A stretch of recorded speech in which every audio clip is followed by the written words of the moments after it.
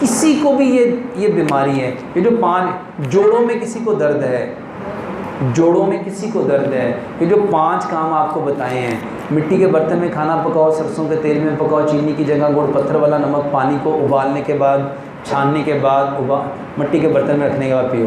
3 काम और करो, कलमंजी मेथी दाने का पानी, ये जो अभी बताया है, और इसके साथ अदरक, लहसुन, पुदीना, अनारदाना, इसकी चटनी बनाओ। चारों चीज़ों बराबर मिकदार में और हस्बे ज़ायका सब्ज़ मिर्च। ये हर खाने के साथ 1 चम्मच रखो और हर नवाले को ज़रा से लगाओ और एक नवाले को 32 बार चबाओ। मेरे भाइयों, जोड़ों का दर्द, ये जो जोड़ों का दर्द है, ये कोई बीमारी नहीं है, ये कोई बीमारी नहीं है। जोड़ों का दर्द सिर्फ़ और सिर्फ इसलिए है कि हमारा मैदा प्रॉपर हमें ताकत नहीं दे रहा। अपने मैदे को ठीक करो, और मैदा ख़राब होता है, अपने खाने को सही करो, और खाने को सही करने का मैंने आपको तरीका बता दिया।